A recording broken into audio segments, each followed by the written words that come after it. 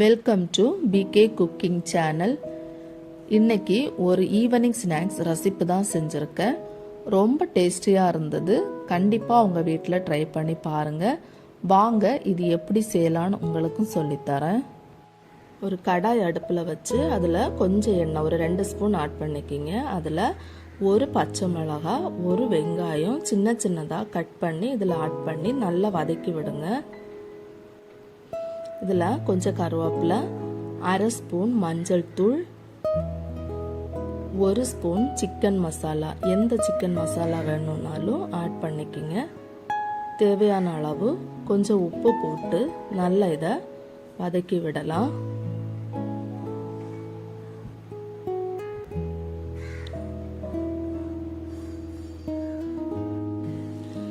இப்போ மசாலாவெல்லாம் நல்லா வதங்கி வந்துருச்சு.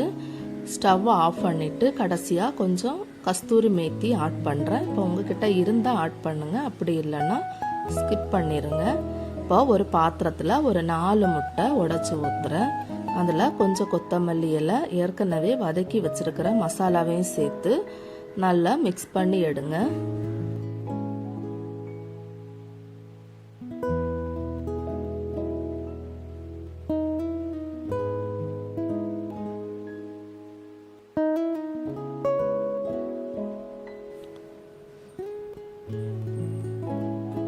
ஒரு கடாய் அடுப்பில் வச்சு அதில் 1 ஸ்பூன் நெய் ஆட் பண்ணிக்கிறேன். இப்போது பட்டர் ஆட் பண்ணுறதா இருந்தால் கூட ஆட் பண்ணிக்கிங்க.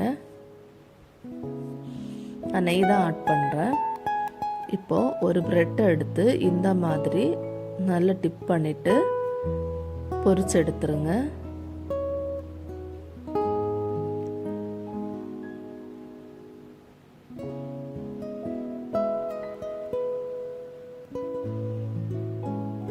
இப்போது ஒரு பக்கம் வெந்ததுமே திருப்பி போட்டுக்குங்க.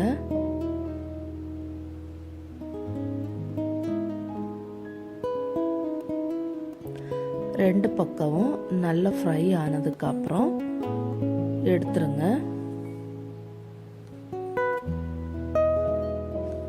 குழந்தைங்களுக்கு இந்த ஈவினிங் ஸ்நாக்ஸ் பண்ணி கொடுங்க, ரொம்ப விரும்பி சாப்பிடுவாங்க.